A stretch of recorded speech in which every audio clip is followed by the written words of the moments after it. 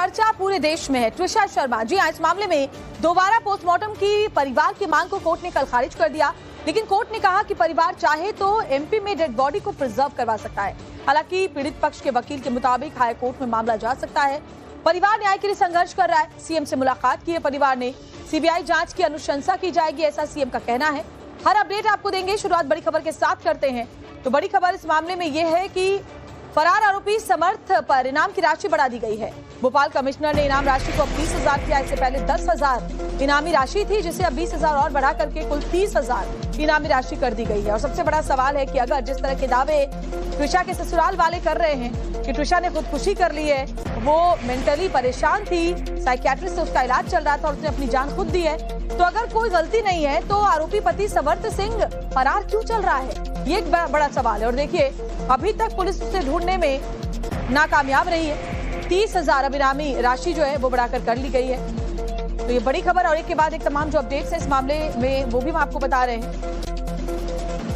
हालांकि कल दोबारा पोस्टमार्टम की जो याचिका परिवार की तरफ से ट्रिशा के लगाई गई थी, उसे कोर्ट ने खारिज कर दिया था, लेकिन उन्होंने कहा था कि अगर आप चाहें तो एमपी में ही इस बॉडी को प्रिजर्व कर सकते हैं। अब आगे क्या परिवार का कदम होता है वो देखना होगा। और ये बड़ी खबर एक के बाद एक तमाम अपडेट सामने आ रहे हैं। इस बीच सीएम मोहन यादव से पीड़ित परिवार ने मुलाकात की है। तो खबर यह है कि ट्रिशा के परिवार कल मुख्यमंत्री से मिलने के लिए पहुंचा। सीएम मोहन यादव ने न्याय का आश्वासन दिया है परिवार को और साथ ही ये भी कहा कि इस मामले की जांच सीबीआई से कराने के लिए अनुशंसा की जाएगी। परिवार ने इस बीच राज्यपाल को भी चिट्ठी लिखी। इससे पहले परिवार ने पीएमओ को चिट्ठी लिखी थी और कई आर्मी वेटरन्स कल आपने देखा था किस तरह से सड़कों पर उतरे थे, क्योंकि ट्रिशा के भाई इंडियन आर्मी में मेजर हैं और ये देखिए आर्मी वेटरन्स भी उनके साथ पहुंचे थे सीएम मोहन यादव से मिलने के लिए। ट्रिशा के पिता ने अपनी तमाम बातें सीएम के सामने रखी। परिवार को न्याय की उम्मीद है। परिवार बेटी खो चुका है, लेकिन उसी बेटी के लिए अब इंसाफ की लड़ाई लड़ रहा है। हालांकि कल जब हमने ट्रिशा के पिता से बात की थी तो उन्होंने कहा था कि मुझे उम्मीद है कि दोबारा पोस्टमार्टम की इजाजत कोर्ट से हमें मिल जाएगी, लेकिन ऐसा नहीं हुआ और कोर्ट ने इस याचिका को खारिज किया। और भोपाल के चर्चित ट्रिशा केस को लेकर एक और बड़ी खबर यह है कि महिला आयोग ने ट्रिशा केस का संज्ञान लिया है। महिला आयोग ने 7 दिन में एक्शन टेकन रिपोर्ट मांगी है, यानी 7 दिन में क्या एक्शन लिया गया है उसकी रिपोर्ट मांगी गई है। चीफ सेक्रेटरी और एमपी डीजीपी से रिपोर्ट तलब की गई है। राष्ट्रीय महिला आयोग ने ट्रिशा शर्मा की संदिग्ध मौत के मामले में स्वतः संज्ञान लिया। आयोग के अध्यक्ष विजया राहटकर ने मध्य प्रदेश के मुख्य सचिव और डीजीपी को पत्र लिखकर मामले की तुरंत निष्पक्ष और पारदर्शी जांच के निर्देश दे दिए हैं। तो बड़ी खबर हम आपको बता रहे हैं। महिला आयोग ने 7 दिन में एक्शन टेकन की रिपोर्ट मांगी है, यानी 7 दिन में क्या कुछ एक्शन अभी तक लिया गया है, इस पूरे मामले की जांच कहां तक पहुंची है, किन किन एंगल में जांच किया गया है, इसकी रिपोर्ट तलब की गई है। और इस मामले में खबर यह भी है कि दिल्ली एम्स में दोबारा पोस्टमार्टम की अर्जी कल खारिज हो गई। शव का दोबारा पोस्टमार्टम नहीं होगा, कोर्ट ने यह कहा। हालांकि कोर्ट ने यह भी कहा कि परिवार बॉडी को एमपी में प्रिजर्व कर सकता है। पुलिस रिपोर्ट के मुताबिक शव फिलहाल एम्स भोपाल की मॉर्चुरी में -4 डिग्री तापमान में रखा गया है। एम्स भोपाल के मुताबिक शव को सुरक्षित रखने के लिए -80 डिग्री तापमान की जरूरत होती है। भोपाल में ऐसी लो टेम्परेचर सुविधा उपलब्ध नहीं होने की बात सामने आई। कोर्ट ने एसएचओ थाना कटारा हिल्स को निर्देश दिया कि मध्य प्रदेश के अन्य बड़े मेडिकल संस्थानों और महानगरों में ऐसी सुविधा उपलब्ध है या नहीं, इसकी जानकारी ले तत्काल लिखित रिपोर्ट कोर्ट में प्रस्तुत भी किया जाए। हालांकि परिवार को उम्मीद थी कि दोबारा पोस्टमार्टम की इजाजत उन्हें मिल जाएगी, क्योंकि पहली जो पोस्टमार्टम रिपोर्ट आई है परिवार को उस पर विश्वास नहीं है। ट्रिशा के परिवार के वकील हमारे साथ हैं। थोड़ी देर पहले ही कोर्ट में जो सेकंड पोस्टमार्टम की याचिका है वो निरस्त हुई है। सर, अब क्या स्टेटस है? अब बॉडी प्रिजर्व करने का भी ऑर्डर किया है कोर्ट ने? सर, कोर्ट द्वारा हमारे द्वारा जो याचिका कोर्ट में लगाई गई थी उस पे कोर्ट ने आदेश पारित करे हैं और पार्शली हमारी एप्लीकेशन को अलाउ करा है, जो ये दिखाता है कि कहीं ना कहीं कोर्ट को भी ये सारी परिस्थितियां संदिग्ध लगती हैं, जिसके अंडर में जाके ट्रिशा शर्मा की संदिग्ध हालत में मौत हुई है। उसका ये प्रमाण है कि केस डायरी से लेके आवेदन, पुलिस के प्रतिवेदन, सब चीजें आज मजिस्ट्रेट के सामने मौजूद थी। सबका उनने अवलोकन करा और पार्शली हमारी एप्लीकेशन अलाउ करी और ये कहते हुए अलाउ करिए कि एसएचओ तत्काल रूप से बॉडी को प्रिजर्व करे और ये उसकी सूचना तत्काल रूप से न्यायालय को प्रस्तुत करें। फिलहाल सेकंड पोस्टमार्टम के लिए कोर्ट ने मना कर दिया है। हमारे पास ऑर्डर की कॉपी आ जाए और उनके परिवार वालों से ये बातचीत करके ऑर्डर की कॉपी, और अगर उच्च न्यायालय जाना है नहीं जाना है उनसे बात करके आगे फाइनल। 80 डिग्री का यहाँ पर अगर व्यवस्था नहीं है किसी तरह की फ्रीजर की, तो उसके बाद आपका क्या रुख है? एसएचओ जानकारी जमा करें, इसके बाद हम जो लीगल कार्रवाई होगी वो करेंगे। अगर एसएचओ कहते नहीं है तो फिर जो लीगल कोर्स है हम उसको आगे बढ़ाएंगे। सर अब परिवार से बात कर लें, ऑर्डर देख लें, अगर लगेगा तो जाएंगे उनको करने के लिए। तो अंकुर पांडे हैं जो ट्विशा के परिवार के वकील हैं। सेकंड पोस्टमार्टम अभी फिलहाल रिजेक्ट हो गया है, लेकिन ट्विशा के परिवार के वकील अभी भी उम्मीद कर रहे हैं कि ये पार्शियल ऑर्डर है और वो अभी भी इस उम्मीद में है कि सेकंड पोस्टमार्टम हो सकता है, क्योंकि कोर्ट ने निर्देशित किया है कि बॉडी को -80 डिग्री में प्रिजर्व करने की व्यवस्था की जाए। अब -80 डिग्री में प्रिजर्व कर पाएंगे या नहीं कर पाएंगे, ऐसी व्यवस्था कहां है, कौन से इंस्टीट्यूट में है, इसकी जानकारी जुटाने की जिम्मेदारी पुलिस अधिकारी को दी गई है और ये कहा गया है कि जल्द से जल्द जानकारी जुटाई जाए कि -80 डिग्री में ट्विशा के पार्थिव शरीर को कैसे रखा जा सकता है और कहां रखा जा सकता है। इस बीच आगे किस तरह के लीगल मूव्स होंगे ये वकील परिवार से बात करने के बाद बताएंगे। कैमरामैन यशवंत के साथ मकरंद काली, टाइम्स ऑफ भारत, भोपाल। और कल दोबारा पोस्टमार्टम की याचिका को खारिज करने के बाद ट्विशा शर्मा के परिवार को एक धक्का लगा, क्योंकि उनको उम्मीद थी कि दोबारा पोस्टमार्टम की याचिका पर उनके हक में फैसला आएगा। लेकिन इस बीच ट्विशा शर्मा के परिवार के वकील का बयान सामने आया कि उम्मीद है दोबारा पोस्टमार्टम होगा। हायर कोर्ट के रास्ते खुले हुए हैं। वकील ने उम्मीद जताई है -80 डिग्री के फ्रीजर कहां उपलब्ध हो सकते हैं, ये जानकारी पुलिस जल्द से जल्द जुटाकर कोर्ट में प्रस्तुत करेगी और उसके बाद आगे का निर्णय लिया जाएगा।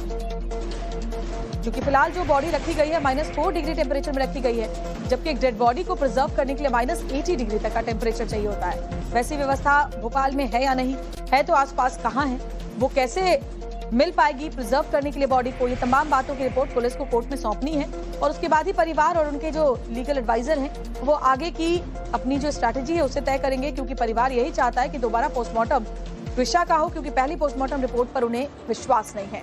इस बीच कांग्रेस नेता उमंग सिंगार का बयान सामने आया कि दोबारा पोस्टमार्टम होना चाहिए और साथ ही ये भी कहा कि पुलिस और प्रशासन को आखिर इसमें क्या आपत्ति हो सकती है। तो सवाल उठ रहे हैं कि दोबारा पोस्टमार्टम से किसी को क्या परेशानी होगी, पुलिस और स्थानीय प्रशासन जो है आखिर इस पर लिपापोती करने में क्यों लगा हुआ है। देखिए, मैं समझता हूं कि अगर कोई परिवार को न्याय चाहिए, अगर वो दोबारा पोस्टमार्टम चाहते हैं, तो सरकार की जो एजेंसियां हैं, संबंधित एजेंसियों को क्या परेशानी, क्यों एम्स को परेशानी है, क्या जिला प्रशासन को परेशानी है। अगर मैं समझता हूं कि उस परिवार के न्याय के लिए, और जिस प्रकार से जानकारी मिली कि आर्मी ने भी, सेना ने भी इस पर न्याय बात करी है, मांग करी है, तो सरकार को गंभीरता से लेना चाहिए।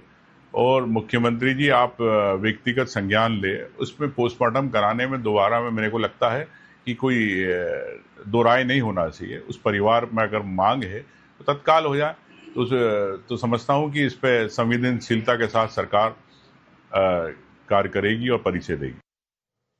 और इस बीच खबर ये है कि गिरिबाला सिंह, जो कि ट्विशा शर्मा की सास हैं, उन्हें कंज्यूमर फोरम पद से हटाने की मांग की गई है। डिस्ट्रिक्ट कंज्यूमर फोरम में वो जज हैं और पद से हटाने के लिए राज्यपाल को पत्र लिखा गया है। गिरिबाला सिंह पर दहेज मृत्यु के तहत मामला दर्ज हुआ है। अग्रिम जमानत पर वो बाहर हैं और आपने देखा किस तरीके से वो मीडिया के सामने आकर लगातार ट्विशा के ऊपर सवाल उठाती रही हैं। ट्विशा के बिहेवियर, ट्विशा की मानसिक स्थिति और ट्विशा की सोच, इन सब पर उन्होंने मीडिया में खुलकर अपनी बात सामने रखी और पूरी तरह से अपने और अपने परिवार को निर्दोष बताया।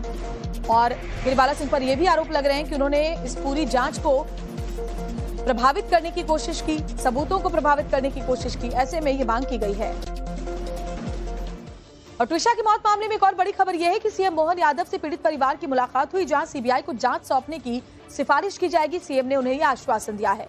साथ ही कोर्ट ने दोबारा पोस्टमार्टम की याचिका को खारिज किया। ये तमाम हम आपको अपडेट्स बता रहे हैं। कोर्ट ने यह भी कहा कि परिवार बॉडी को मध्य प्रदेश में प्रिजर्व कर सकता है। इधर एनसीडब्ल्यू ने स्वतः संज्ञान लिया है, डीजीपी और मुख्य सचिव को निर्देश दिए हैं। और साथ ही खबर यह भी कि समर्थ सिंह, जो कि ट्विशा का पति है, उस पर इनाम बढ़ाकर 30,000 कर दिया गया है। पहले जो इनाम की राशि 10,000 थी। और साथ ही जो ट्विशा के वकील हैं, ट्विशा शर्मा के परिवार के वकील, उनका कहना है कि उम्मीद है कि दोबारा पोस्टमार्टम होगा। हायर कोर्ट के रास्ते खुले हुए हैं, हम उनका भी दरवाजा खटखटा सकते हैं। वहीं कांग्रेस नेता ने दोबारा पोस्टमार्टम का समर्थन किया। उन्होंने कहा कि आखिर पुलिस प्रशासन को इससे क्या दिक्कत हो सकती है।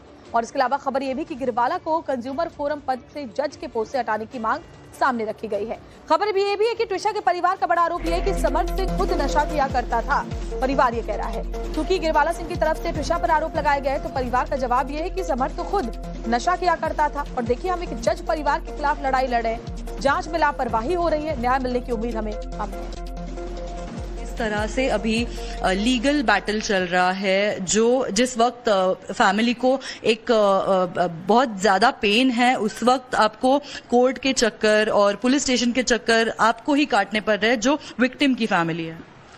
मैडम लीगल बैटल तो ऐसा चल रहा है कि जो एक्यूज्ड है, जो बेल पर है, वो उसके ऑफिशियल जो प्रेसिडेंट की है कंज्यूमर कोर्ट की, वहां ऑफिस में बैठ के वो लड़की को डिफेम कर रही है, इन्वेस्टिगेशन को इन्फ्लुएंस कर रही है। इस तरीके से लीगल पूरा सिस्टम चल रहा है।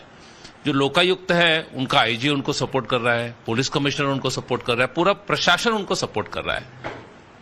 इस तरह से लीगल बैटल चल रहा है। हमारा देश है, हमारे देश में सारा सिस्टम कैसे काम करता है वो हमको बताने की जरूरत नहीं, क्योंकि अगर हम बताएंगे तो हम गुनाह करते हैं, लेकिन हमको सब पता होता है, सबको सब पता होता है।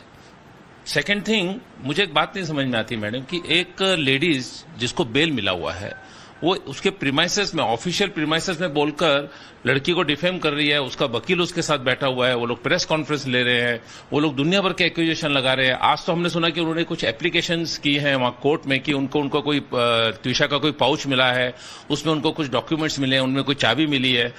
उनको कैसे मिल रहा है? वो तो पुलिस इन्वेस्टिगेशन, एसआईटी बैठी हुई है, तो एसआईटी ने वो काम करना चाहिए कि वो लेडीज काम करेगी, और वो लेडीज वो डॉक्यूमेंट, वो सब चीजें, एविडेंस प्रोड्यूस कर रही है। तो इस प्रकार से हमारा लीगल बैटल चल रहा है। आप समझ जाइए किस तरीके से चल रहा है। और मुझे ऐसा लगता है कि जो बंदा मर चुका है उसको डिफेम नहीं करना चाहिए। अगर इन लोगों को लगता था कि वो ड्रग लेती है या फिर दूसरे उसको कुछ प्रॉब्लम्स है, तो लड़की को भेज देना चाहिए था। सेकेंड थिंग, अगर आप कोर्ट में जाओगे, आप लोग तो घूम रहे हो सब जगह पे, आप कोर्ट में जाके किसी भी जज को, कैमरा लेकर मत जाइएगा, आप ऐसे जाके किसी भी जज, किसी भी वकील को पूछो, किसी भी चाय वाले को पूछो, किसी भी बंदे को पूछो कि समर सिंह क्या करता था। एक नंबर का नशेड़ी था कहते हैं। क्या गारंटी नहीं है कि वो समर सिंह ने ही अगर बाई चांस पैसा डाला होगा इसके अकाउंट में और उसी को बोला होगा कि तू जाकर कुछ ट्रांजेक्शन करवाए होंगे और वो डायरेक्ट ड्रग्स लेता होगा। क्या पता उसका प्री प्लान होगा कि लड़की को फंसाने का, कुछ भी हो सकता है, क्योंकि वो क्रिमिनल लायर था। तो हो सकता है उसने इसके अकाउंट में पैसा डाला हो, ट्रांजैक्शन क्रिएट किए हो, मैनिपुलेट किया हो, क्योंकि वो स्टार्टिंग से उसका प्लानिंग होगा कि इसका मर्डर करना है मुझे। उसकी माँ जज है, तो उसकी माँ को तो वो कार्लो जैसे एडवोकेट है उनके पास, जो उनको गाइड करेंगे कि कैसे इसको मैनिपुलेट करना है करके। तो मतलब अगर वो पैसा भी डाला गया है, तो मैं आपको बताता हूं ट्रांजैक्शन में से निकलेगा जो निकलेगा, वो पैसा भी 100% समर्थ ने एक मैनिपुलेशन के अंडर वो पैसा त्विषा के अकाउंट में डाला होगा और खुद के ही खर्चे करवाए होंगे। अब उसने खुद के खर्चे क्या करवाए क्या नहीं करवाए वो तो इन्वेस्टिगेशन का काम है। तो हमारी लड़ाई यहाँ पे जो मतलब एक जज के साथ लड़ाई लड़ना मतलब इतना आसान नहीं होता है। जज के सामने आप खड़े होकर अगर आपका फोन का रिंग बज जाता है तो जज को पावर है कि आपको अरेस्ट कर सके। तो हम तो उनके अगेंस्ट लड़ रहे हैं, तो आप समझ सकते हैं कि हमारी क्या अवस्था हो गई।